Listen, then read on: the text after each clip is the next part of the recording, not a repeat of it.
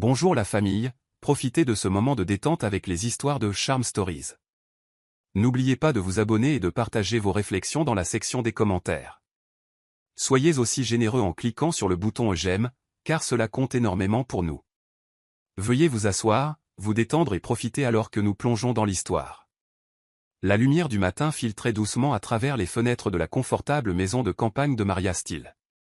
L'odeur de muffins frais à la lavande s'échappait du four à l'ancienne, dansant dans tous les recoins de la cuisine. Maria avait découvert la lavande comme agent apaisant des années auparavant. Cuisiner avec lui apportait du réconfort en période de stress.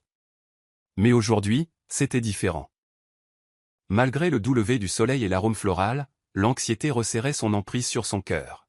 « Tu fais encore ces muffins ?» demanda Griffin, son mari, en entrant avec un sourire sans conviction. Il s'arrêta près de la table à manger, humant l'air avec un léger intérêt. Maria força un sourire. « Ce sont tes préférés, n'est-ce pas ?» dit-elle, espérant qu'il s'attarderait, qu'il parlerait peut-être plus que d'habitude. « Ouais. »« Bien sûr, » marmonna-t-il, puis il jeta un œil à son téléphone. Son front se plissa un instant, mais il se reprit rapidement. « Bref, je sors.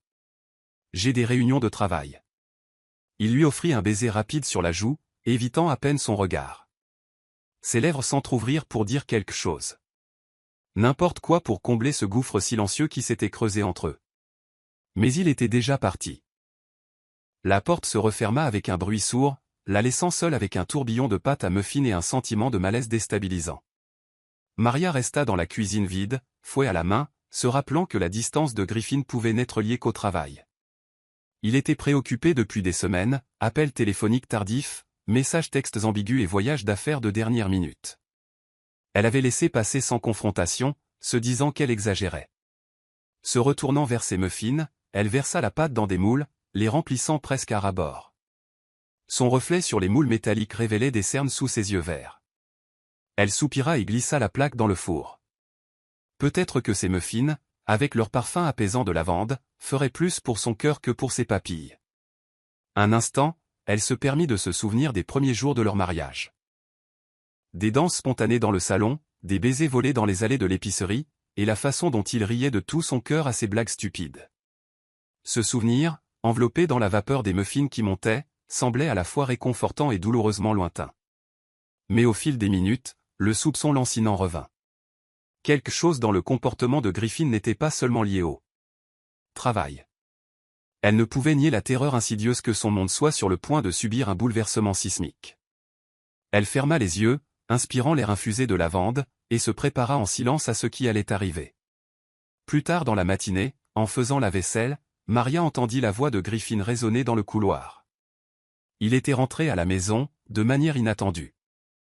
Elle tendit l'oreille pour saisir des bribes de sa conversation, son cœur battant la chamade alors qu'elle se rapprochait de la porte de bureau partiellement fermée. « Oui, oui. J'ai tout arrangé », la voix de Griffin était basse et empreinte d'excitation. « Ne t'inquiète pas, Camille. La suite est à toi. » Elle se figea sur place, manquant de laisser tomber une assiette. Camille. Elle ne reconnaissait pas ce nom. La façon dont il le prononçait, douce, secrète, presque intime, lui donna la chair de poule. Un long silence tendu s'installa alors qu'elle se penchait vers la porte, le souffle coupé. « Je promets que je serai bientôt là », continua Griffin. « Le week-end prochain. » Personne ne se doute de rien. Son esprit s'emballa. Suite, Camille. Le week-end prochain. Elle déglutit difficilement, réalisant qu'elle était peut-être en train d'écouter aux portes quelque chose qu'elle redoutait depuis des mois. La conversation se termina peu après, et elle se précipita vers la cuisine. Le cœur battant, elle fit semblant d'être occupée avec la vaisselle. Quelques instants plus tard, Griffin entra dans la cuisine. Elle reconnut le téléphone toujours serré dans sa main. Son visage passa de cette lueur secrète à un calme désinvolte. « Salut », dit-il en s'éclaircissant la gorge comme pour se débarrasser de toute tension persistante. « J'ai oublié un dossier. Réunion importante en ville. » Maria força un sourire poli. « Tout va bien ?» Il hocha vivement la tête. « Ouais. Tout va bien. On se voit ce soir. » Puis, une fraction de seconde plus tard, il lui jeta un regard fugace, presque coupable. Ne m'attends pas si je suis en retard. La porte se referma de nouveau derrière lui, la laissant seule au milieu de l'eau savonneuse et de ses mains tremblantes. Elle s'agrippa au bord de l'évier, essayant de calmer la tempête de pensées qui tourbillonnait dans sa tête. Ne tire pas de conclusion hâtive, se dit-elle. Mais l'écho de ces mots, ne t'inquiète pas, Camille. La suite est à toi, pulsait dans son esprit. Elle sentit son monde basculer sur son axe, la normalité de sa vie se fracturant comme un plat de porcelaine délicat tombé sur un sol dur. Après le départ de Griffin, Maria s'effondra sur le canapé du salon, les paumes pressées contre ses tempes. Elle inspira une fois, profondément, puis laissa l'air s'échapper en une expiration tremblante. Ce nom, Camille, la martelait. Elle décida de chercher des signes, des preuves que ses soupçons n'étaient pas déplacés. Elle fouilla chaque recoin de la maison, fouillant les tiroirs, vérifiant les vieux reçus qu'il laissait parfois dans les poches de ses pantalons, parcourant leurs relevés de cartes de crédit commun. Chaque indice semblait être une pièce de puzzle qui pourrait résoudre le mystère. Et c'était là, soigneusement classé dans un classeur intitulé « Voyages et dépenses professionnelles ». Un reçu pour une suite somptueuse réservée au Roosevelt Grand Resort. 2 nuits, le week-end prochain. Ses yeux parcoururent la date, le vendredi et le samedi suivant. Le coût était astronomique, bien au-delà de ce qu'un simple voyage d'affaires justifierait. Camille, murmura-t-elle, comme si le nom lui-même lui brûlait la bouche. Cette dernière pièce se mit en place, et les contours de sa vie ne formaient plus une image reconnaissable. Elle sentit la piqûre des larmes derrière ses yeux, même en les retenant de force. Pendant des années, elle s'était battue pour l'attention de Griffin, avait ignoré sa distance et avait essayé de nourrir leur mariage de toutes les manières possibles. Cette découverte fut comme un coup de poing dans le ventre. Elle l'imagina là-bas, dans une suite pentouse avec une autre femme, une femme apparemment assez importante pour recevoir sa voix tendre et une escapade coûteuse. Tremblante, elle s'effondra sur le canapé. La trahison transperça ses illusions, laissant un vide douloureux. Il y avait du chagrin, oui, mais aussi une colère lente et brûlante. S'il voulait la briser, il n'en était pas loin. Mais elle décida sur le champ qu'elle ne serait pas brisée. Le nom, Camille, avait peut-être fait voler en éclats ses illusions, mais il n'allait pas détruire son esprit. Au fil de la journée, elle s'assit avec la réalité de l'infidélité de son mari, le silence de la maison résonnant autour d'elle. Elle envisagea des scénarios, lui criant dessus, le suppliant de s'expliquer, ou partant sans un mot. Pourtant, aucun ne semblait juste. Maria sentit qu'il y avait un autre chemin, un chemin qui exigeait patience, concentration et une certaine ruse. Elle sentit son chagrin se transformer en autre chose, quelque chose comme une résolution tranquille. Seul le temps révélerait ce qu'elle ferait de cette résolution. Ce soir-là, Griffin rentra à la maison pour trouver un dîner préparé, poulet rôti au romarin, purée de pommes de terre et une bouteille de vin blanc frais. Maria avait accompli les gestes de la cuisine, un rituel domestique qui l'apaisait étrangement, même si son esprit était un tourbillon de trahison. « Ça sent bon », dit Griffin en s'asseyant à table. Il verrouilla son téléphone et le posa face contre table à côté de son assiette, chose qu'il n'avait jamais faite auparavant. Pour elle, cela criait la culpabilité.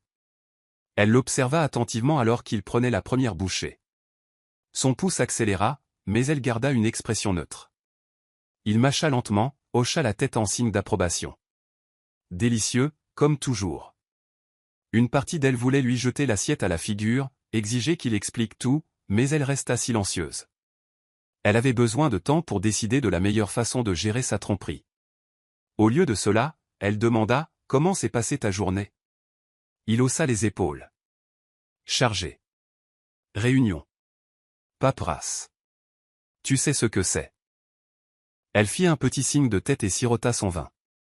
Oui, je sais, dit-elle, la voix mesurée. Quelque chose de nouveau au travail, ou peut-être après le travail? Il se raidit, la regardant.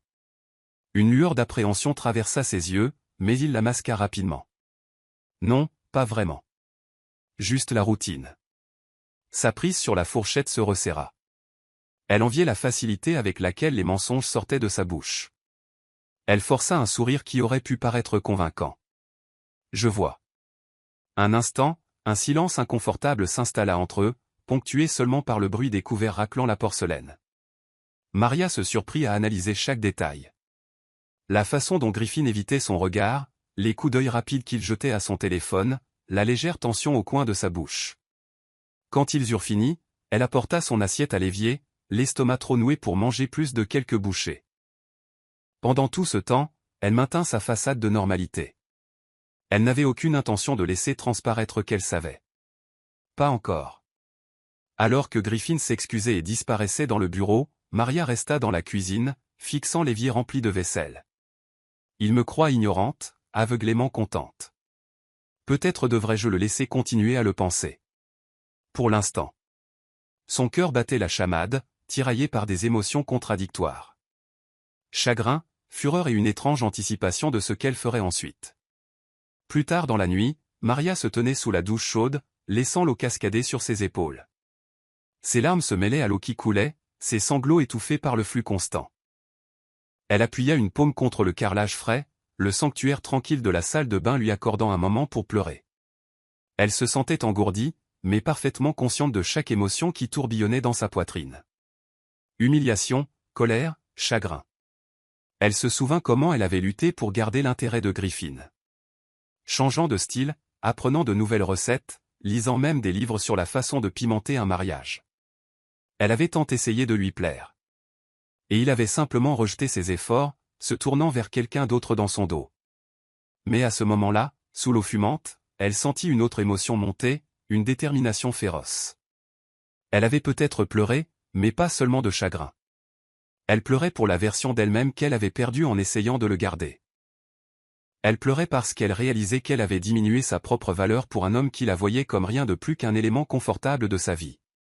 En se séchant, elle aperçut son reflet dans le miroir. Ses yeux semblaient fatigués et légèrement rouges, mais un feu couvait derrière eux. Une étincelle de force au milieu de la vulnérabilité.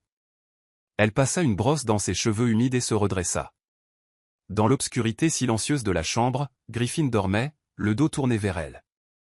Elle se glissa sous les couvertures, prenant soin de ne pas le déranger. Un instant, elle songea à le réveiller, à lui crier la vérité au visage. « Je sais tout. Je sais pour Camille.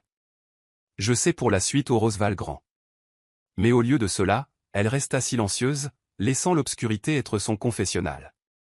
Elle avait besoin d'un plan, d'une voie à suivre qui soit plus grande qu'une dispute nocturne ou une seule confrontation. Joignant les mains, elle fixa le plafond de la chambre. Son cœur battait, lourd de trahison, mais aussi agité par un sentiment de défi. Elle ne laisserait pas cette trahison la définir. Lentement, elle ferma les yeux, se forçant à dormir. Demain serait le jour où elle mettrait sa stratégie en mouvement. L'aube se leva sur la campagne, illuminant les champs couverts de rosée et envoyant une lueur chaude à travers les fenêtres. Maria se réveilla tôt. Griffin était déjà parti au travail, ou du moins c'est ce qu'il prétendait. Elle n'avait qu'un seul objectif aujourd'hui, contacter son ancienne mentor, une investisseuse immobilière d'élite nommée Regina Hardwick. Des années avant d'épouser Griffin, Maria avait brièvement travaillé dans l'immobilier, apprenant l'art de l'acquisition et de la gestion de propriétés auprès de Regina. Bien qu'elle ait quitté ce secteur pour devenir femme au foyer, elle n'avait jamais perdu ses relations. Regina avait toujours dit, un jour, tu reviendras dans ce jeu, tu verras. Maria n'aurait jamais cru que ce serait dans de telles circonstances. Elle composa le numéro de Regina et attendit, tapant du pied avec anxiété. Un instant plus tard, une voix posée de femme répondit. Ici Regina. Regina? Salut. C'est Maria Steele, répondit-elle, essayant d'empêcher sa voix de trembler. Ça fait longtemps. Un rire chaleureux filtra à travers le récepteur. Maria. Mon Dieu. Comment vas-tu, ma chère? J'espère que la vie de femme mariée te traite bien. La prise de Maria sur le téléphone se resserra. En fait, c'est pour ça que j'appelle. J'ai besoin de ton expertise. Dis-m'en plus, dit Regina, son ton devenant concentré. Maria ferma les yeux. Les mots sortirent en un flot silencieux. J'ai besoin d'acheter une propriété. Rapidement. Discrètement. Quelque chose de haut de gamme. Peut-être un hôtel. Regina marqua une pause. Un hôtel, c'est toute une entreprise, ma chère. Tu es sûre? Elle hocha la tête, même si Regina ne pouvait pas la voir. Certaine. Et je dois le faire par l'intermédiaire d'une société écran. Je ne peux pas avoir mon nom directement associé. C'est faisable, répondit Regina. Puis-je te demander la raison de ce secret? Maria déglutit. C'est personnel. Disons simplement que je dois rester invisible pour l'instant. Compris. Envoie-moi les détails de ce que tu cherches, et je me mettrai au travail, conclut Regina. En raccrochant, les mains de Maria tremblaient. Elle avait passé l'appel. Pas de retour en arrière possible. Un sentiment de détermination pulsa dans ses veines, même si elle luttait contre la peur de l'inconnu. Elle n'était pas entièrement sûre de la manière dont elle s'y prendrait, mais avec l'expertise de Regina, elle croyait pouvoir acquérir la propriété que Griffin avait réservée pour son affaire illicite. Roosevelt Grand Resort, pensa-t-elle, le cœur battant d'une émotion qui était à la fois de la rage et une anticipation palpitante. Le Roosevelt Grand Resort se dressait comme un monument royal à la périphérie d'une ville animée. Bénéficiant de suites somptueuses, d'un spa réputé pour ses intérieurs en marbre et d'un restaurant étoilé au Michelin, l'hôtel s'adressait à une clientèle exclusive. C'était le même hôtel que Griffin avait réservé pour son week-end romantique avec Camille. Maria parcourait les photos sur son ordinateur portable, le hall brillant encadré de piliers dorés, de canapés en velours moelleux et de lustres qui scintillaient comme des étoiles captives. Elle était à la table de la cuisine, sirotant un café, l'adrénaline parcourant ses veines. Cet après-midi-là, son téléphone vibra avec l'identifiant de Regina. « J'ai trouvé quelque chose qui pourrait t'intéresser », dit Regina, une note d'excitation dans la voix. Le Roosevelt Grand Resort est en fait à vendre. Le propriétaire veut s'en défaire pour des raisons de santé, et il n'y a que quelques acheteurs potentiels privés. Maria se redressa. « C'est exactement l'hôtel que je veux. Dans combien de temps pouvons-nous agir ?» Regina gloussa. « Tu ne perds certainement pas de temps. Nous pouvons faire une offre anonyme par l'intermédiaire d'une SARL nouvellement créée. Je peux m'occuper des formalités juridiques. » Faisons-le, dit Maria, le cœur battant la chamade. Offre ce qu'il faut pour le garantir. Un court silence suivit. Tu es sûre, Maria? C'est un engagement énorme. Maria inspira, se rappelant l'humiliation qu'elle ressentait chaque fois qu'elle pensait à Griffin et Camille. J'en suis sûre. Une fois l'appel terminé, Maria se sentit à la fois dépassée et pleine de pouvoir. Elle était sur le point de faire un pas qui changerait sa vie, alimentée par la trahison mais orchestrée par sa propre résilience. Elle savait que ce plan pouvait sembler extravagant. Qui achète un hôtel entier juste pour prendre un mari infidèle la main dans le sac? Mais pour elle, c'était plus que ça. Il s'agissait de reprendre son pouvoir, de retrouver la dignité que l'infidélité de Griffin avait tenté de lui arracher. Si elle devait le confronter, elle le ferait selon ses propres termes. D'une manière qui résonnerait pendant très, très longtemps. Une semaine de suspense suivit. Regina ordonna à Maria de ne pas contacter l'hôtel ni de faire quoi que ce soit qui pourrait lier son nom à l'achat. Au lieu de cela, elles créèrent une société écran nommée MS Holdings LLC. Officiellement, le MS signifiait Magnolia & Son Investissement. Mais Maria ne pouvait s'empêcher d'y voir ses propres initiales. Maria Steele, cachée à la vue de tous. Pendant que les procédures légales suivaient leur cours, Maria évita la confrontation avec Griffin. Elle cuisinait, elle nettoyait, elle le regardait aller et venir comme si de rien n'était. Elle l'embrassait même pour lui souhaiter bonne nuit avec un sourire, le cœur battant sous le poids de son secret grandissant. Finalement, tard un mardi soir, Regina lui envoya un texto « Félicitations. Votre offre a été acceptée. Vous êtes officiellement en processus d'achat pour le Roosevelt Grand. Appelle-moi dès que possible. » Maria se précipita dans son bureau, fermant la porte derrière elle.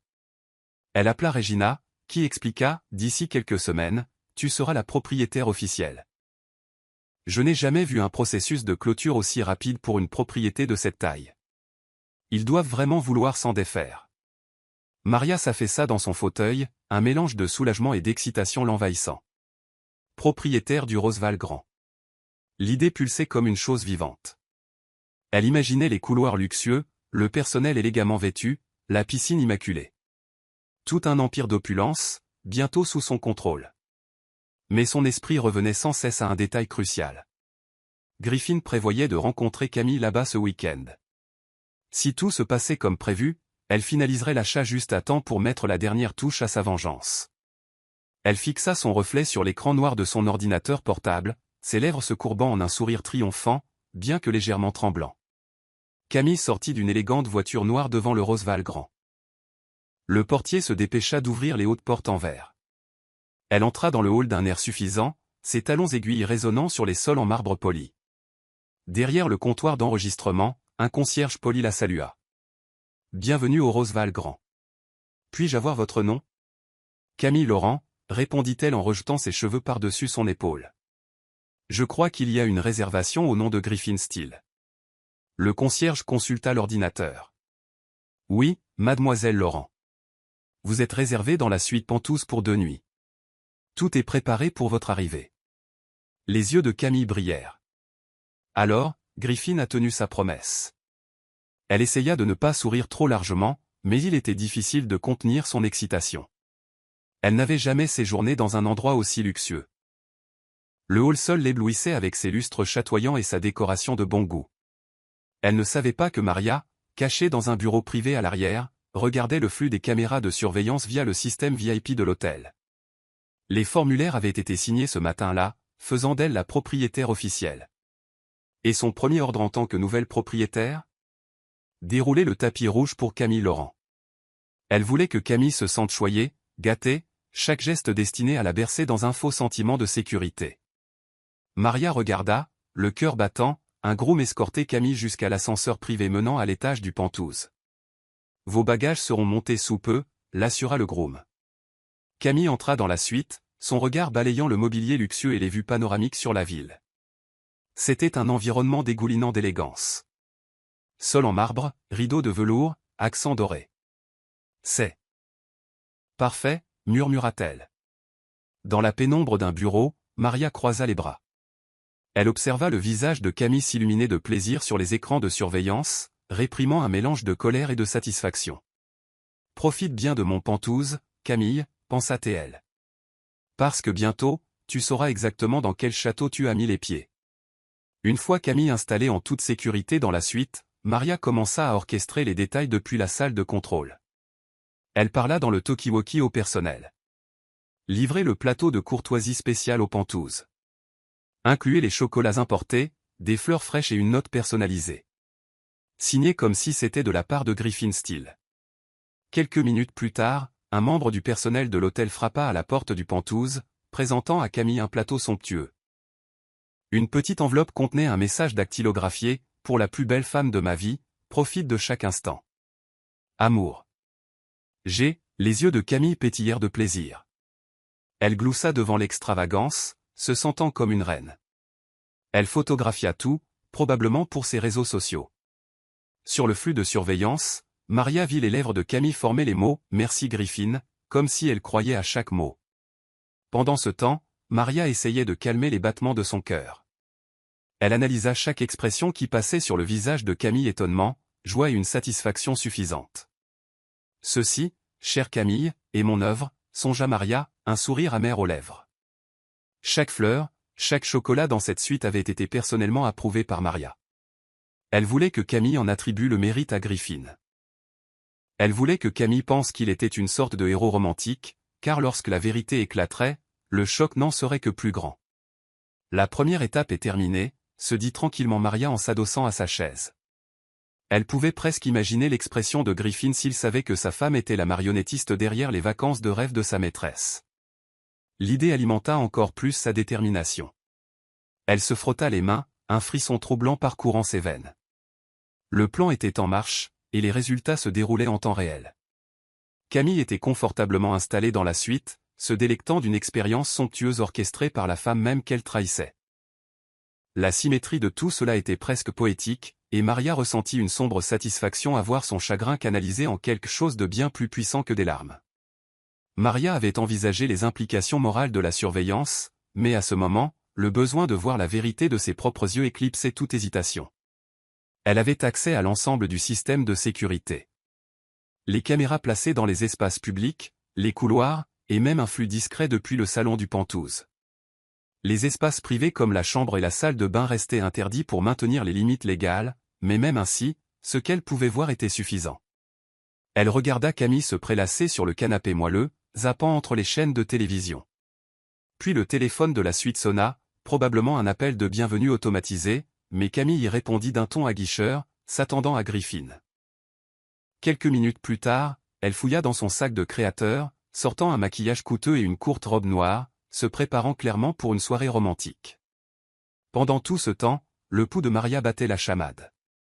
Elle avait mis en place ses points d'observation non seulement pour une vengeance voyeuriste, mais pour confirmer la réalité des intentions de Griffin. La clarté du flux haute définition semblait surréaliste. Il n'y avait plus à se cacher derrière des suppositions ou des dénis. La vérité était là, se déroulant en temps réel. Les baisers, les étreintes, les moments volés que Griffin et Camille croyaient être les leurs seuls. Elle s'avança mentalement jusqu'à l'arrivée de Griffin. Elle l'imagina entrer dans ce penthouse, saluant Camille avec une affection ardente, ignorant que sa femme regardait depuis les coulisses. À chaque minute qui passait, la tension en elle montait. Le chagrin était toujours là, brut et perçant, mais il s'était fusionné avec une détermination d'acier. Elle était impatiente de le voir s'attribuer le mérite du champagne, des fleurs, des chocolats, chaque détail étant financé par l'acheteur anonyme de l'hôtel. Maria but une gorgée d'eau froide, sa bouche devenue sèche d'anticipation. La question la taraudait. Quand Griffin arrivera, que dois-je faire? Les confronter sur le champ? Continuer à regarder? Elle avait un plan, mais le bilan émotionnel de tout voir se dérouler était plus lourd qu'elle ne l'avait prévu. Pour l'instant, elle se contenta du point de vue des caméras. La douceur de cette vengeance de sang-froid prenait déjà forme. Elle laissa les moniteurs refléter chaque mouvement de Camille, fortifiant sa résolution à chaque minute qui passait. Si le chagrin l'avait menée ici, alors le chagrin la mènerait également au coup de maître ultime. Et bientôt, Griffin découvrirait à quel point Maria était devenue rusée au nom d'un amour perdu. Un jour passa, et Camille resta dans le penthouse, profitant des commodités de l'hôtel. Soins au spa, repas gastronomiques et cocktails en service de chambre. Griffin n'était pas encore arrivé, mais il devait s'enregistrer ce soir-là. Le personnel, sous les ordres stricts de leur nouvelle propriétaire anonyme, continua de traiter Camille comme une reine, bien qu'avec un léger air de curiosité. Des chuchotements commencèrent à circuler derrière la réception. Le responsable de l'enregistrement donna un coup de coude à une réceptionniste. « As-tu entendu que nous avons une nouvelle propriétaire? Et elle prend déjà des décisions spéciales. » « Oui, » répondit la réceptionniste, les yeux balayant la pièce. « Qui que ce soit, elle a de l'argent à ne savoir qu'en faire. » Cette dame Camille semble obtenir le meilleur traitement, sans poser de questions. En bas, au spa, une masseuse fit remarquer à une collègue, « Camille a eu une séance de 2 heures aujourd'hui, entièrement offerte. Ça n'arrive jamais. Même pas pour les VIP. Il se passe vraiment quelque chose. » Pourtant, aucun d'eux n'avait la moindre idée que Maria était l'organisatrice, cachée en toute sécurité dans le bureau du directeur ou dans la salle d'observation secrète. Elle parcourait occasionnellement les couloirs, vêtue d'un chemisier et d'un pantalon discret, se fondant parmi les clients. Si quelqu'un posait la question, elle disait qu'elle était consultante. Cela lui permettait de se déplacer discrètement, observant le fonctionnement du personnel et la manière dont il s'occupait de Camille. Pendant ce temps, dans une suite de directions inutilisées, Regina finalisait des documents. Quand Maria se glissa dans la pièce, Regina haussa un sourcil. La rumeur court qu'une nouvelle propriétaire puissante est derrière des directives secrètes. Es-tu sûr de vouloir continuer ce jeu de masques? Maria soupira. Pour l'instant, oui. J'ai besoin de l'effet de surprise. Griffin doit arriver ce soir. Et je ne veux pas qu'il se doute de quoi que ce soit avant le bon moment. Regina étudia Maria un instant. Tu as changé, tu sais. Pas en mal, juste. Tu as cette férocité en toi maintenant. Maria cligna des yeux, momentanément surprise. Je suppose que c'est ce que fait la trahison, dit-elle doucement. Soit on s'effondre, soit on se relève. J'essaie juste de me relever avant que mon cœur ne se brise complètement. Regina hocha la tête, s'avançant pour presser réconfortante l'épaule de Maria. Alors finalisons tout pour que tu puisses faire ce qui doit être fait.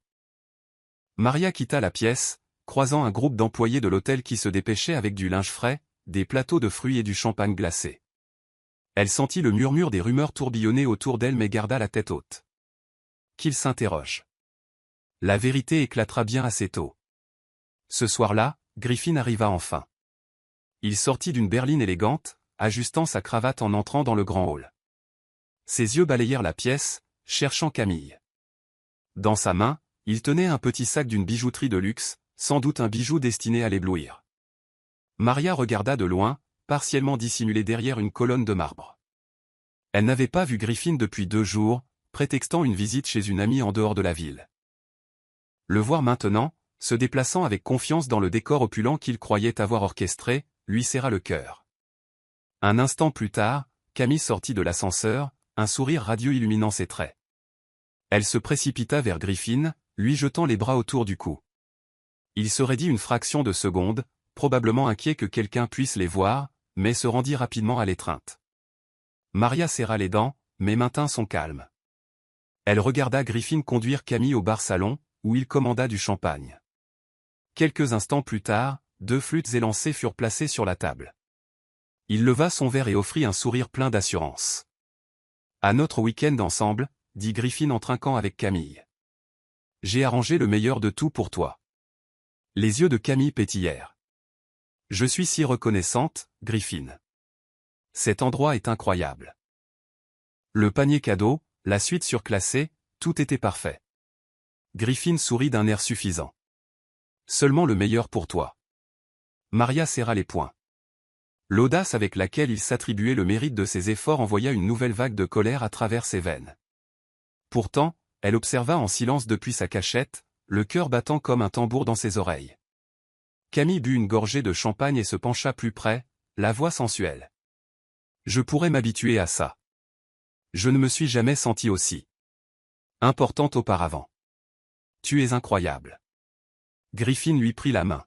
« Reste avec moi, et tu auras toujours le meilleur. » Maria voulut se précipiter, révéler que chaque détail, des chocolats au nombre de fils des draps, était orchestré par elle, pas par lui.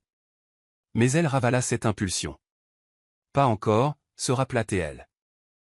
Elle avait encore des cartes à jouer, et elle voulait que son coup soit décisif et public.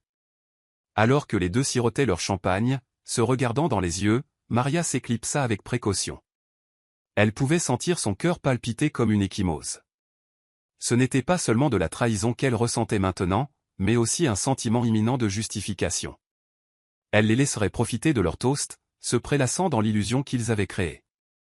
Bientôt, cependant, la réalité s'abattrait avec la force d'un raz-de-marée, et c'est Maria qui le guiderait. Le lendemain matin, Camille se réveilla dans le Penthouse pour trouver un panier cadeau à sa porte. À l'intérieur se trouvaient de délicates pâtisseries, d'autres chocolats et une bouteille d'eau pétillante fraîche. Mais l'élément le plus frappant était une petite note frappée des initiales, MS. Perplexe, Camille l'ouvrit. La note disait, à ceux qui aiment les moments volés. Profitez de votre séjour, MS, un frisson parcourut son échine. MS, murmura-t-elle. Ce ne sont pas les initiales de Griffin. Elle regarda autour de la suite. Tout le reste avait été monogrammé d'un discret, RG, pour Rosval Grand, ou GS, pour Griffin Steele. C'était quelque chose de nouveau. Griffin, déjà réveillé, sortit de la salle de bain en peignoir. « Qu'est-ce que c'est » demanda-t-il, remarquant son expression troublée. Elle lui tendit la note. Il la lut en fronçant les sourcils. MS, son visage pâlit un instant. Ça doit être une erreur du personnel de l'hôtel. C'était peut-être destiné à un autre client. Camille essaya d'en rire. C'est juste étrange. La formulation. À ceux qui aiment les moments volés. On a l'impression que quelqu'un nous regarde. Griffin haussa les épaules, bien que la tension se lisait sur sa mâchoire. Ne te laisse pas déranger par ça. C'est probablement juste un coup de marketing énigmatique. Pourtant, Camille ne pouvait se défaire du sentiment que quelqu'un les avait pris pour cible. Elle posa la note sur une table basse en verre, et celle-ci les fixa, une présence inquiétante dans la suite par ailleurs luxueuse. Pendant ce temps, dans la salle de contrôle, Maria regardait les images de la caméra du couloir qui avait capturé la réaction de Camille à la note. Elle s'autorisa un petit sourire sinistre. Elle avait écrit ce message personnellement, une manière subtile de faire savoir à Griffin et Camille que leur petit secret n'était pas aussi bien gardé qu'ils le croyaient. Maria sentit le frisson satisfaisant de ce coup. Elle ne voulait pas encore se révéler complètement, juste assez pour les déstabiliser. Un jeu psychologique, pensa-t-elle, pour les laisser dans le doute. Voir l'expression inquiète de Griffin valait chaque once de chagrin qu'elle avait enduré. Alors que la matinée se transformait en après-midi, la tension s'installa dans le Penthouse comme un brouillard.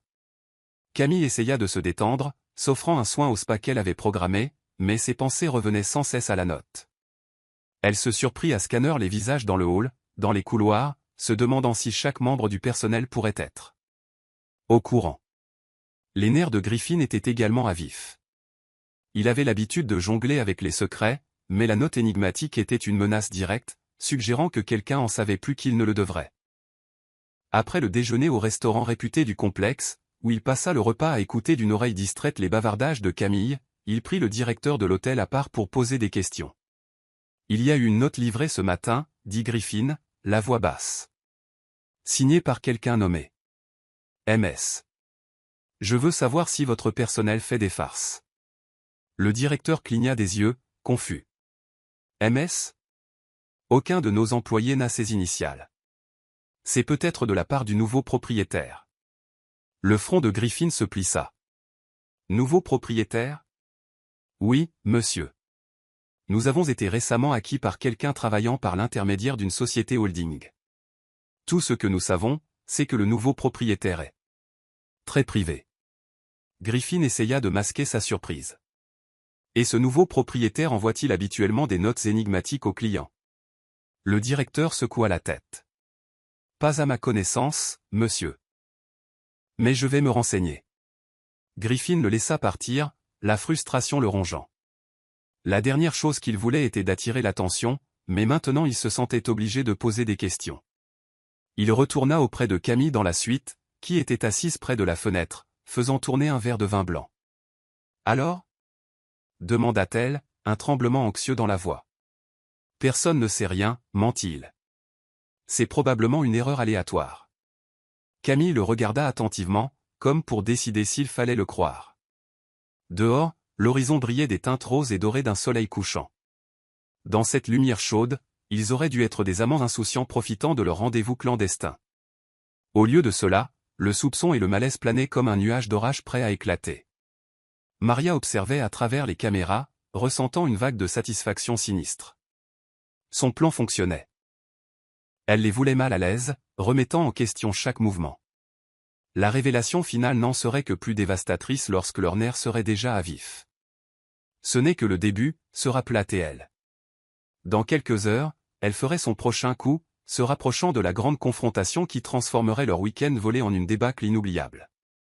Ce soir-là, Maria se rendit en personne à l'hôtel, réservant la suite présidentielle sous un pseudonyme. Elle portait une élégante robe noire et se déplaçait avec une grâce tranquille. Peu de membres du personnel connaissaient sa véritable identité, et ceux qui la connaissaient avaient juré le secret.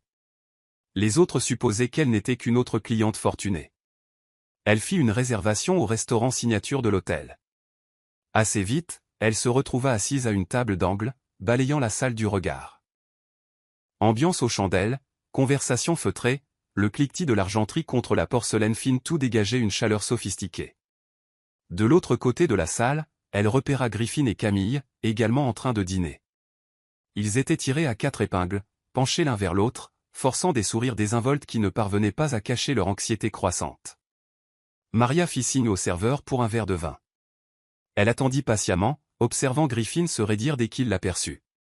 Son regard s'échappa, puis revint, comme s'il ne pouvait pas croire que sa femme était réellement là. Camille remarqua son changement d'attitude.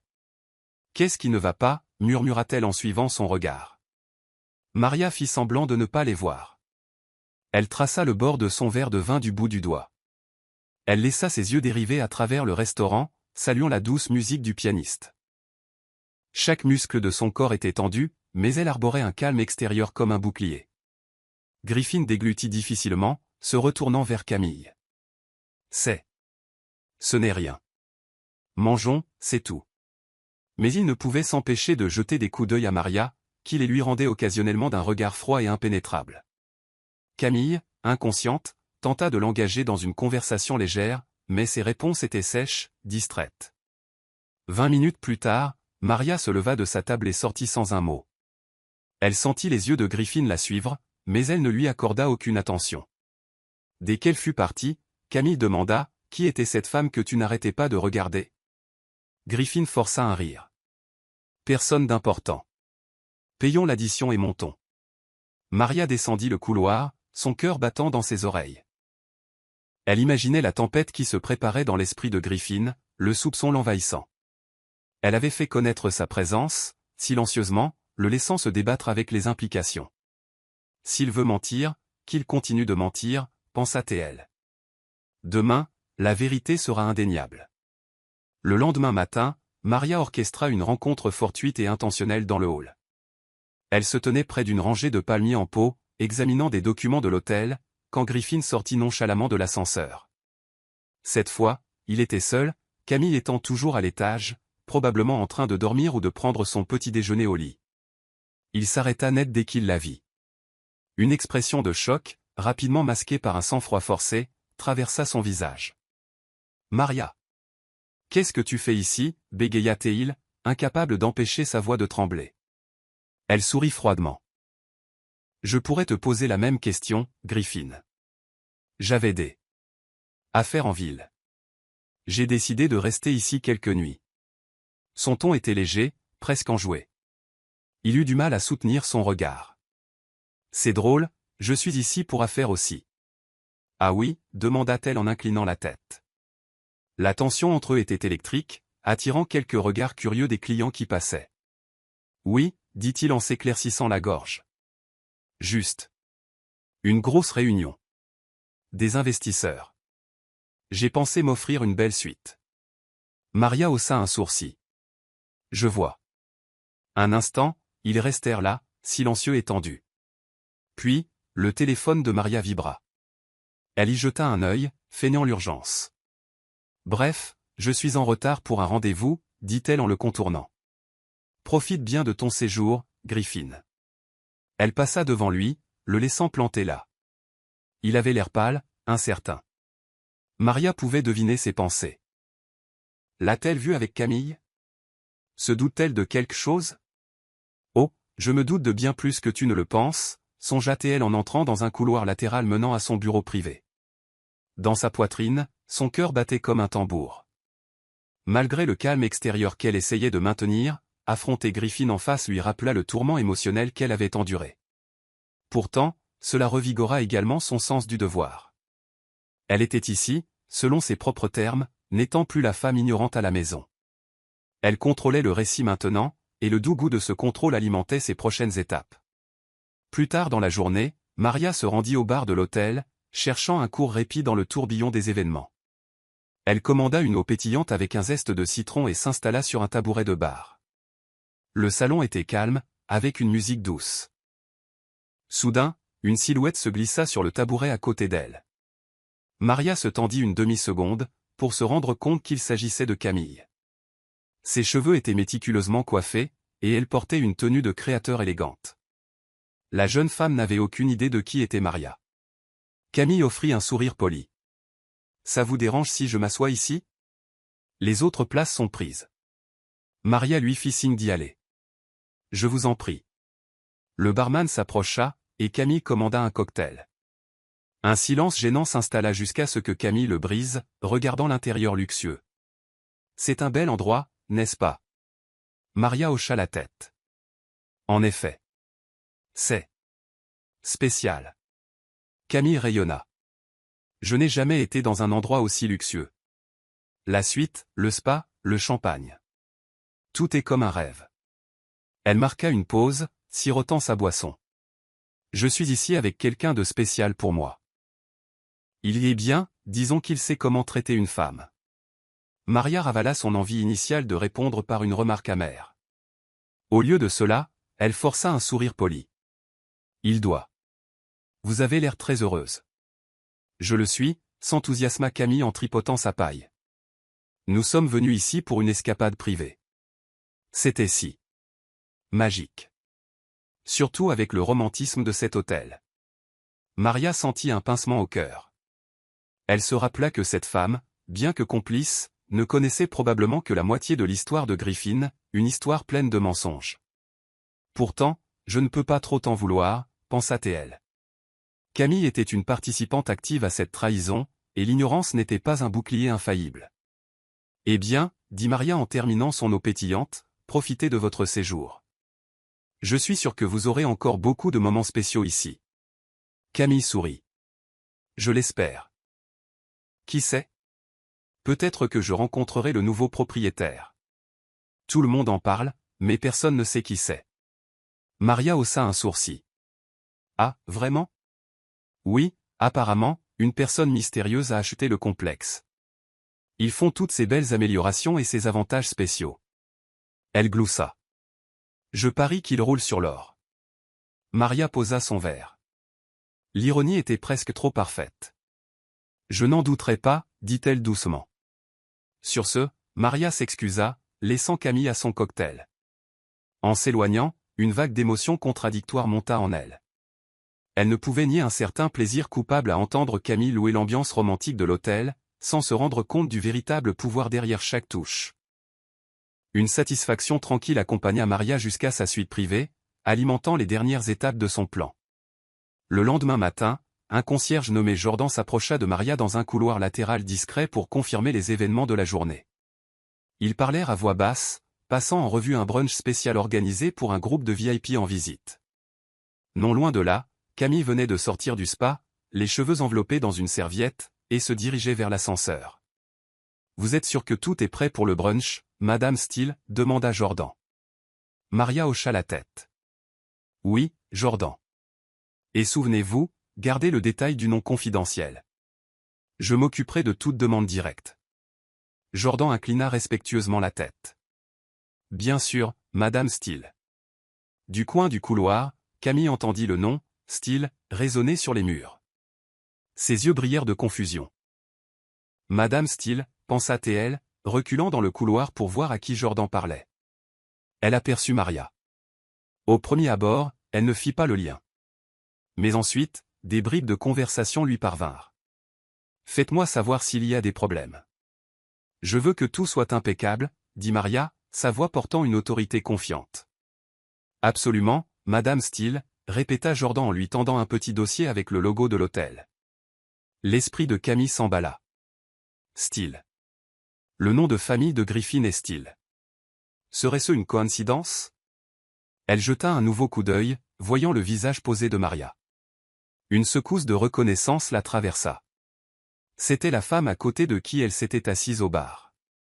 Est-ce que je viens de parler sans le savoir à la femme de Griffin? La femme qui pourrait aussi être la nouvelle propriétaire de l'hôtel? Elle se précipita vers le comptoir du spa, son cœur battant dans ses oreilles. 1 million de questions traversèrent ses pensées. Pourquoi la femme de Griffin est-elle ici? Possède-t-elle cet endroit? C'est-elle pour nous? Le souvenir de la note énigmatique, signée MS, revint en force. MS en Maria Steele. La prise de conscience la frappa comme une brique. Soudain, les mots de la note prirent une signification terrifiante. À ceux qui aiment les moments volés. Profitez de votre séjour. MS, ses mains se mirent à trembler. Si Maria était la nouvelle propriétaire, cela signifiait que chaque geste somptueux, chaque amélioration luxueuse, était une gracieuseté de l'épouse même qu'il trompait. Les yeux écarquillés, elle se retira vers l'ascenseur. Dans sa hâte, elle appuya plusieurs fois sur le bouton. Je dois le dire à Griffin, pensa-t-elle, la panique résonnant dans chaque nerf. Mais si c'est trop tard? Plus tard le même jour, la principale salle de conférence de l'hôtel bourdonnait d'activités. Le personnel avait préparé une cérémonie spéciale pour accueillir la nouvelle propriétaire. Un modeste groupe de presse s'était également rassemblé, les médias locaux curieux de la grande révélation. Dans le tourbillon des préparatifs, Maria se tenait en coulisses, ajustant une robe simple mais élégante, le cœur battant comme un tambour.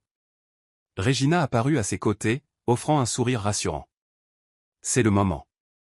Le moment que tu attendais. » Maria inspira profondément. « J'espère juste que je pourrai le faire sans m'effondrer devant tout le monde. »« Ne t'inquiète pas, » dit Regina en lui tapotant l'épaule. « Tu es forte. » Alors que les lumières s'éteignaient, le maître de cérémonie monta sur scène. Il fit une brève introduction sur l'histoire du Roosevelt Grand, puis annonça « Nous sommes honorés de vous présenter notre nouvelle propriétaire, quelqu'un qui prévoit de continuer à élever ce distingué complexe hôtelier. Veuillez accueillir Madame Maria Steele. » Un tonnerre d'applaudissements s'éleva de la foule alors que Maria s'avançait, la tête haute. Elle balaya l'auditoire, repérant des visages familiers parmi le personnel, puis croisa le regard de Griffin. Il se tenait près du devant, stupéfait. Camille planait à côté de lui, les yeux écarquillés d'horreur. Un silence tomba sur la salle alors que des murmures de reconnaissance se propageaient comme une traînée de poudre. Maria s'éclaircit la gorge, sa voix stable malgré l'adrénaline qui montait en elle. Merci à tous de vous être réunis ici. C'est un honneur de devenir la gardienne du Roosevelt Grand. Cet endroit a un fier héritage, et j'ai l'intention de le maintenir de toutes les manières possibles. Les flashs des appareils photo crépitèrent, capturant la posture posée de Maria au pupitre. Elle continua, je voudrais exprimer ma gratitude au personnel qui m'a chaleureusement accueilli, et j'ai hâte de travailler ensemble pour faire de cet hôtel un succès encore plus grand. Dans le public, le visage de Griffin était un tableau de choc, d'effroi et de confusion. Camille refusait de croiser le regard de qui que ce soit, s'agitant mal à l'aise comme si elle voulait disparaître dans le sol. Maria conclut son bref discours. Merci encore de votre temps. J'espère parler à beaucoup d'entre vous personnellement pour discuter de l'avenir radieux du Roosevelt Grand. S'éloignant du micro, elle fut accueillie par des applaudissements, bien qu'une tension palpable tourbillonnait dans l'atmosphère. Tandis que la plupart des invités applaudissaient poliment, Griffin resta figé, chaque muscle verrouillé. Le visage de Camille était cendré, ses yeux fixés sur Maria comme si elle voyait un fantôme. Maria s'arrêta au bord de la scène, laissant Griffin sentir le poids de son regard. Elle avait orchestré tout ce moment. La scène était maintenant prête pour la confrontation finale. Quand la cérémonie se termina, Griffin accula Maria en coulisses. Son visage était pâle, ses yeux sombres de panique. « Maria » dit-il, la voix à peine un murmure. « Pourquoi ne m'as-tu pas dit que tu achetais un hôtel ?» Elle laissa le silence s'étirer entre eux, savourant son inconfort. Finalement, elle répondit. « Pourquoi ne m'as-tu pas parlé de Camille ?» Il blêmit, reculant comme s'il avait été frappé. « Je ne sais pas de quoi tu parles. » Elle croisa les bras, l'expression froide. « Ne mens pas. Je sais depuis un moment maintenant. » Les appels téléphoniques, la suite, les alibis forcés. Elle le regarda droit dans les yeux. « La différence, c'est que je n'ai pas fui la vérité. Je l'ai embrassée. Et me voilà. » Il ouvrit la bouche, puis la referma, les mots lui manquant. L'ampleur de sa tromperie lui apparut. Elle n'était pas seulement au courant de sa liaison, elle s'était positionnée pour posséder l'hôtel même qu'il utilisait pour ses rendez-vous galants. « Maria, tenta-t-il de nouveau, la voix brisée. Parlons de ça en privé. » Elle lui jeta un regard débordant d'un mélange de blessures et de défis. « Je préférerais que nous restions en public pour l'instant. Ça ne te dérangeait pas d'avoir ta liaison dans un espace public, n'est-ce pas ?» Il chancela sous ses mots, le désespoir obscurcissant son visage. « C'était une erreur. S'il te plaît, nous pouvons arranger ça. » Elle secoua la tête. « J'ai essayé d'arranger les choses pendant des années. Tu as choisi les mensonges plutôt que l'honnêteté. Alors j'ai choisi de me protéger. À ma manière. » Derrière eux, le personnel et une poignée de curieux regardaient, ne sachant s'ils devaient intervenir. Camille planait près de la sortie, les larmes menaçant de couler, n'osant pas s'avancer. En un seul instant chargé, le gaslighting, les demi-vérités, les manipulations qui avaient défini leur relation furent mis à nu. Pour Griffin, l'illusion qu'il avait méticuleusement construite vola en éclats devant tout le monde. Pour Maria, c'était une justification, une prise de position douloureuse mais nécessaire pour reprendre sa vie en main, loin de sa tromperie. La nouvelle se répandit rapidement parmi le personnel, et bientôt les clients commencèrent à bavarder sur la scène dramatique qui se déroulait entre la nouvelle propriétaire et son mari. Un journaliste local qui était venu pour la révélation sentit une plus grande histoire et alluma rapidement sa caméra pour capturer tout échange houleux. Maria sortit des coulisses, flanquée de Regina, qui gardait une main protectrice sur son épaule. Griffin suivit en bégayant. « Maria, attends. Parlons en privé. » Plusieurs membres du personnel se tenaient là, bouche bée. Ils venaient d'apprendre que leur nouvelle patronne était mêlée à un scandale avec son propre mari. Pendant ce temps, Camille tenta de s'éclipser, se couvrant le visage pour éviter d'être reconnue par les caméras. Dans le hall, un groupe de curieux se rassembla alors que Griffin attrapa finalement le bras de Maria. « Arrête. Tu ne peux pas simplement t'en aller. Nous devons gérer ça. » Elle se dégagea, les yeux brillants de larmes qu'elle refusait de laisser couler. « Gérer ça ? Comme tu as géré notre mariage ? » En te faufilant et en réservant des suites pantous pour ta maîtresse? Le journaliste, sentant un scoop viral, s'approcha. Madame Steele, pouvez-vous clarifier ce qui se passe? Maria redressa les épaules, décidant de parler avec clarté. Mon mari, Griffin Steele, a été infidèle. Il a utilisé cet hôtel comme sa cachette secrète. Elle marqua une pause, laissant le poids de ses mots s'installer. Ce qu'il ne savait pas, c'est que j'ai acheté le Roosevelt Grand par l'intermédiaire d'une société holding. Des halètements parcoururent la petite foule. Les flashs crépitèrent alors que les gens se bousculaient pour enregistrer le drame qui se déroulait. Le visage de Griffin devint cramoisi. Il était pris au piège, acculé et publiquement humilié. Ce n'est pas comme ça, tenta-t-il de protester, mais ses mots sonnaient creux. Camille, planant derrière une plante en pot, réalisa qu'elle ne pourrait pas se cacher éternellement. Elle tenta de se glisser vers la sortie, mais un membre du personnel vigilant, cherchant probablement à clarifier les choses, l'arrêta, attirant par inadvertance plus d'attention sur son identité. Quelques téléphones portables se tournèrent dans sa direction, capturant son air de biche prise dans les phares. Le cœur de Maria battait la chamade. C'était brut, désordonné, et exactement ce qu'elle avait essayé d'éviter. Mais la situation avait dépassé son plan initial. La vérité était maintenant au grand jour, plus grande et plus forte qu'elle ne l'avait prévu. Pourtant, un soulagement silencieux traversa sa colère. C'est fait. Plus de secrets. Camille, les larmes aux yeux, réussit à se libérer des badauds. Elle se précipita vers la réception, exigeant de quitter l'hôtel immédiatement. Le personnel de la réception, pris au dépourvu par le scandale tourbillonnant, s'embrouilla pour traiter sa demande. Maria, remarquant l'agitation, s'approcha du comptoir. Camille se tendit, se préparant à une attaque verbale. Au lieu de cela, Maria demanda calmement la facture finale. « Je vais signer ça », dit Maria au réceptionniste.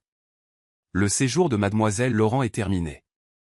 Camille leva les yeux, la honte et le désespoir se disputant dans son regard. Maria. Je n'ai jamais voulu. Maria la fit taire d'un subtil mouvement de tête. Tu as fait tes choix, Camille. Maintenant, tu en assumes les conséquences. Camille déglutit difficilement, les joues rouges. Le personnel posa une facture détaillée sur le comptoir. Les chiffres étaient stupéfiants. Soins au spa, dîner gastronomique, service en chambre. Camille réalisa qu'elle ne pourrait jamais se permettre de séjourner dans un tel endroit par ses propres moyens. Maria prit un stylo sur le bureau et signa avec panache, ajoutant une note rapide en bas, « Vous ne pourrez plus jamais vous offrir cet endroit ». Elle fit glisser la facture vers Camille, qui lut les mots et blêmit. La tension était suffocante. Plusieurs clients regardaient sans vergogne, captivés par le drame en direct. Camille, le visage déformé par l'humiliation, attrapa le reçu et sortit, agrippant son sac à main comme une bouée de sauvetage. Un silence s'installa dans le hall alors qu'elle disparaissait par les portes tournantes. Maria resta au comptoir, la posture droite comme un i, refusant de montrer la moindre fissure extérieure. À l'intérieur, ses émotions bouillonnaient, chagrin, colère et un étrange sentiment de clôture. Elle tendit la facture signée au réceptionniste, qui avait l'air stupéfait. Elle parla doucement. « Si mademoiselle Laurent revient, vous savez qui appeler. » Le réceptionniste hocha la tête, manifestement incertain de la manière de gérer les événements de la journée. Maria se tourna et s'éloigna, laissant une vague de chuchotements étouffés dans son sillage. Camille était partie, et l'illusion de Griffin d'une liaison parfaite et secrète s'était envolée. L'échiquier était presque vide, seule la confrontation finale avec Griffin restait. Dans les jours qui ont suivi le scandale, la vie professionnelle de Griffin s'est effondrée. Les médias se sont emparés de l'histoire sensationnelle, une épouse achète secrètement l'hôtel de la liaison de son mari, une confrontation choquante devient virale. Des séquences vidéo virales de la scène du haut ont fait le tour des réseaux sociaux, recueillant des millions de vues. L'opinion publique était massivement en faveur de Maria, la saluant comme une femme rusée et autonome qui a transformé son chagrin en un coup de maître. Les partenaires commerciaux de Griffin sont devenus méfiants. Les clients ont commencé à se retirer des accords, invoquant des problèmes d'image de marque. Les investisseurs ont pris leur distance, ne voulant pas être associés à un homme si publiquement déshonoré. En une semaine, le cours de l'action de la société de Griffin a chuté. Il a tenté de limiter les dégâts, publiant des déclarations affirmant que l'affaire était personnelle et déformée par les médias, mais le public n'a pas mordu à l'hameçon. Maria, pendant ce temps, a continué à gérer l'hôtel discrètement, endossant son nouveau rôle avec un calme professionnalisme. Elle a passé des heures avec les chefs de service, évaluant les améliorations et les extensions, transformant le Roosevelt Grand en un empire étincelant. Le personnel s'est rallié à elle, beaucoup la voyant comme une figure de force et de sincérité. Alors que la fortune de Griffin sombrait, il est devenu désespéré. Tard un soir, il est apparu dans le hall de l'hôtel, débraillé, n'étant plus l'homme suave qui était entré avec Camille. Ses yeux dardaient nerveusement alors qu'il demandait à voir Maria, pour se faire dire qu'elle était en réunion. Il a traîné pendant près d'une heure, faisant les 100 pas près de la fontaine ornementale. Quand Maria est finalement sortie, il s'est précipité vers elle. « Maria, s'il te plaît, pouvons-nous parler ?» Quelques membres du personnel attardé regardaient de loin, ne sachant s'ils devaient intervenir. Maria hocha la tête sèchement. « Nous pouvons parler dans mon bureau. » Une fois à l'intérieur de l'espace opulent qui avait appartenu au propriétaire précédent, Maria s'assit derrière un bureau poli tandis que Griffin se tenait debout, les épaules affaissées. Il la regarda avec un mélange de regret et de honte. « J'ai tout perdu, dit-il, la voix tremblante. Les investisseurs sont partis, mon entreprise est en ruine, et je suis désolé. » Maria l'étudia, son regard froid, ne révélant que peu de choses. « Désolé pour quelle partie ? La liaison ? Les mensonges ? L'humiliation publique ? » Il expira, un sanglot lui coupant la gorge. « Pour tout. J'ai tout gâché. Je t'ai tenue pour acquise. S'il te plaît, Pouvons-nous arranger ça ? » Ses lèvres se resserrèrent. Un instant, elle se souvint de l'amour naïf qu'elle avait eu pour lui, du temps où elle aspirait à ce qu'il lui rende sa dévotion. Puis elle se rappela chaque larme qu'elle avait versée, chaque nuit blanche. La vidéo virale n'était que le monde voyant une fraction de ce qu'elle avait enduré. Elle secoua la tête. « Non, Griffin. Nous ne pouvons pas arranger ça. C'est fini pour moi. » Il s'affaissa contre la porte, des larmes coulant sur son visage. « Maria, Elle se leva, le coupant d'une main levée. « Assez. Garde ta pitié pour toi. Tu as fait ton lit, maintenant tu dois t'y coucher. Sors de mon bureau. » Il cligna des yeux, incrédule, comme s'il ne s'attendait pas à ce qu'elle manie une telle finalité. Quand la sécurité apparut à l'entrée, il se dégagea de leur approche et sortit en titubant, dévasté. Le personnel capta l'échange sur leur téléphone, un dernier moment viral. Maria le rejetant, inébranlable. L'image de lui quittant son bureau, le visage marqué par un désespoir total, se répandit comme une traînée de poudre sur les réseaux sociaux.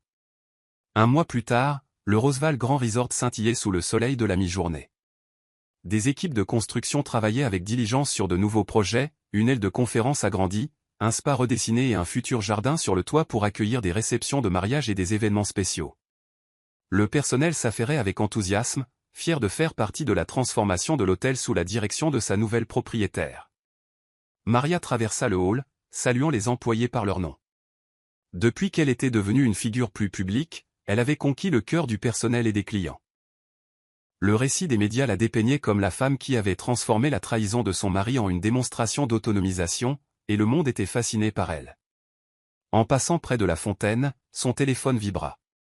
C'était Regina, la félicitant pour une autre acquisition commerciale réussie. Maria avait commencé à investir dans d'autres propriétés pour étendre sa chaîne hôtelière naissante. « Tu es inarrêtable, ma chère », dit chaleureusement Regina. Qui aurait cru que le chagrin d'amour pouvait déclencher un tel génie ? Maria sourit. « Merci de croire en moi, Regina. » En raccrochant, elle ressentit un profond sentiment d'accomplissement. Oui, elle avait parcouru un long chemin depuis la femme qui pleurait sous sa douche, se sentant diminuée et perdue. Elle se demandait autrefois si elle était assez forte pour survivre à la trahison de Griffin. Maintenant, son empire grandissait, reflétant sa confiance et son ambition retrouvée. En se dirigeant vers son bureau, elle remarqua une mère et sa fille s'enregistrant à la réception. La petite fille gloussa de plaisir devant le lustre orné au-dessus de sa tête, tandis que sa mère remerciait le concierge pour leur surclassement gratuit. Maria sentit une lueur chaleureuse, c'était ce qu'elle voulait que son hôtel soit. Un endroit où les gens pouvaient trouver de la joie, de la détente et des souvenirs positifs. Avant d'entrer dans son bureau, elle s'arrêta pour contempler par la grande baille vitrée les jardins manucurés. Dans son esprit défilèrent des images de la chute de Griffin et de la sortie précipitée de Camille. Son mariage était peut-être terminé, mais elle était sortie plus forte de l'épave. Elle avait transformé sa douleur en un tremplin, la guidant vers une nouvelle vie débordante de possibilités. On frappa à la porte. L'un de ses nouveaux employés, un directeur marketing, entra avec un grand sourire. « Madame Steele, la presse demande une interview. Ils veulent discuter des futures extensions de l'hôtel. » Maria hocha la tête, rassemblant ses pensées. Elle était prête à affronter n'importe quelle caméra, n'importe quelle question. « Allons-y, dit-elle en sortant de son bureau. Alors qu'elle descendait le couloir, le personnel et les clients se tournèrent vers elle avec respect et admiration. Elle n'arborait plus le sourire crispé de quelqu'un qui retient ses larmes. Au lieu de cela, son attitude rayonnait d'assurance, façonnée par des expériences à la fois douloureuses et libératrices. Derrière elle, la plaque sur la porte du bureau brillait. Maria Steele, propriétaire et PDG, Roosevelt Grand Resorts. C'était la nouvelle ère, une ère où elle régnait sur un empire hôtelier en pleine croissance, et où son histoire servait d'inspiration à quiconque avait été lésé, pour se relever avec une résolution inébranlable. L'histoire de Maria Steele nous enseigne que la trahison, aussi profonde soit-elle, peut devenir un catalyseur d'autonomisation et de transformation personnelle. Lorsque Maria découvre l'infidélité de son mari, elle aurait pu choisir de se vautrer dans le désespoir ou de se déchaîner avec colère. Au lieu de cela, elle utilise la douleur comme carburant pour retrouver sa dignité et reconstruire sa vie selon ses propres termes. Le récit montre que lorsque la confiance est brisée, la meilleure réponse n'est pas la vengeance née de l'amertume, mais plutôt un processus délibéré et réfléchi de guérison, de découverte de soi et de réinvention. Au fond, l'histoire souligne que la vraie force réside dans la connaissance de sa propre valeur. Le parcours de Maria est un puissant rappel que nous ne devrions jamais permettre aux autres de définir notre valeur. Au lieu de cela, nous devons chercher à nous autonomiser en prenant le contrôle de notre destin, même face à la trahison. Sa décision d'acheter l'hôtel, symbole de la vie secrète de son mari, n'est pas simplement un acte de vengeance. C'est une reprise de pouvoir. La transformation de Maria, de l'épouse au cœur brisé à la femme d'affaires confiante, souligne l'idée que chaque défi recèle un potentiel de croissance.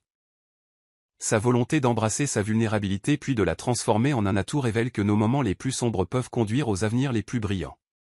Le récit met également en évidence l'importance de l'authenticité et de l'honnêteté. Alors que Griffin a choisi la tromperie et la malhonnêteté, l'évolution de Maria nous enseigne que vivre dans la vérité, envers soi-même et envers les autres, est essentiel pour un véritable progrès. Dans un monde où les apparences peuvent être trompeuses, embrasser notre moi authentique est un acte libérateur. Le parcours de Maria montre que lorsque nous choisissons l'intégrité plutôt que la prétention, nous ouvrons la porte à une véritable transformation et à un épanouissement durable. Pour les lecteurs, le message est clair. Peu importe à quel point la trahison ou l'épreuve peuvent sembler douloureuses, il y a toujours un moyen de transformer l'adversité en une opportunité. Chaque revers nous offre une chance de réévaluer nos vies, de réexaminer nos priorités et, finalement, de poursuivre un chemin qui correspond à nos vraies valeurs. L'histoire nous encourage à ne pas succomber au désespoir, mais à utiliser nos luttes comme des tremplins vers une version plus autonome de nous-mêmes. Rappelez-vous que les défis de la vie, bien que redoutables, révèlent souvent notre force intérieure. Ne laissez pas les actions des autres dicter votre estime de vous-même. Au contraire, que leurs méfaits vous rappellent d'investir dans votre croissance et de viser l'excellence. Chérissez votre individualité et honorez votre parcours, car chaque expérience, bonne ou mauvaise, contribue au chef-d'œuvre qu'est votre vie. Embrassez les leçons apprises et laissez-les vous inspirer à créer un avenir rempli de confiance, de résilience et de bonheur authentique. Puisse cette histoire servir de phare d'espoir et de rappel que même face à la trahison, vous avez le pouvoir de reconstruire, de transformer et de briller plus fort que jamais. Je suis heureux que vous soyez arrivés jusqu'à la fin. J'espère que vous avez apprécié l'histoire. N'hésitez pas à cliquer généreusement sur le bouton j'aime et à vous abonner pour d'autres récits captivants comme celui-ci. Nous aimerions avoir de vos nouvelles. Quelles leçons avez-vous tirées de cette histoire? Partagez vos réflexions dans les commentaires ci-dessous. À la prochaine histoire.